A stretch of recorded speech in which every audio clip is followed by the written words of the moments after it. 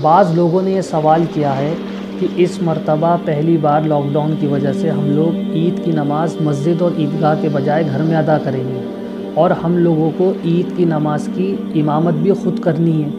تو جو شخص عید کی نماز کی امامت کر رہا ہو وہ بھولے سے زائد تکبیرات کہنا بھول جائے تو کیا ہماری نماز ہو جائے گی یا امام کو نماز دہرانی پڑے گی؟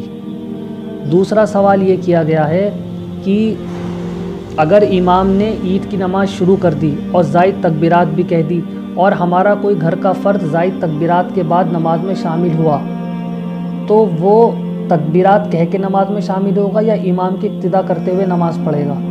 یا دوسری رکعت میں شامل ہوا تو جو اس کی پہلی رکعت چھوٹی ہے تو وہ پہلی رکعت کس طرح پڑھے گا؟ تو دیکھیے، پہلے ہم پہلے والے مسئلے کو سمجھتے ہیں۔ عیدین کی نماز میں 6 تکبیرات زوائد ہیں۔ پہلی رکعت میں تکبیر تحریمہ اور ثنا کے بعد 3 تکبیریں ہیں، اور دوسری رکعت میں قرات کے بعد رکوع سے پہلے 3 تکبیریں ہیں۔ اگر کوئی شخص بھول سے ان تکبیروں کو پڑھنا بھول جائے یا اس سے یہ چھوٹ جائے تو اس کے اوپر سجدہ سہو واجب ہو جاتا ہے۔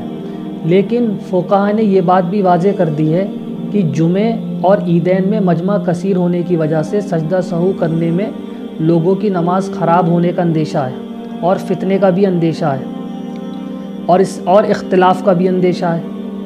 اس لیے سجدہ سہو کے بغیر عیدین اور جمعے کی نماز درست ہو جائے گی۔ مطلب یہ ہے، اس کا خلاصہ یہ ہے کہ اگر کوئی 6 تکبیریں کہنا بھول گیا تو اس کی عید کی نماز ہو جائے گی۔ اور بعد میں فقہاء نے یہ بات بھی لکھی ہے کہ سجدہ سہو نہ کرنے کو اولا اور بہتر بھی لکھا ہے۔ اب دوسرا مسئلہ جو ہے اس کی 2 شکلیں ہیں۔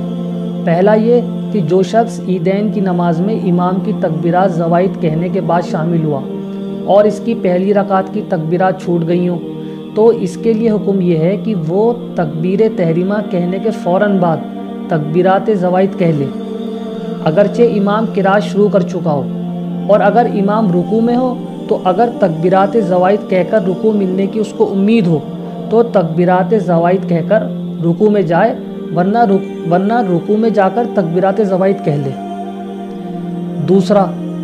دوسرا اگر عیدین کی نماز میں کسی کی پہلی رکعت چھوٹ جائے تو وہ امام کے سلام کے بعد کھڑے ہو کر پہلے ثنا پڑھے، پھر اعوذ باللہ، پھر بسم اللہ، اور پھر سورہ فاتحہ اور کوئی سورت پڑھے، پھر 3 تکبیرات زوائد کہہ کر رکوع کرے اور بقیہ نماز پوری کرے۔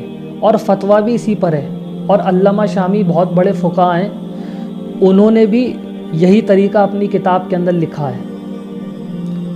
تو دونوں مسئلے آپ کو وضاحت سے سمجھا دیے گئے ہیں۔ انشاءاللہ امید ہے کہ آپ ان دونوں مسئلے کو سمجھ گئے ہوں گے۔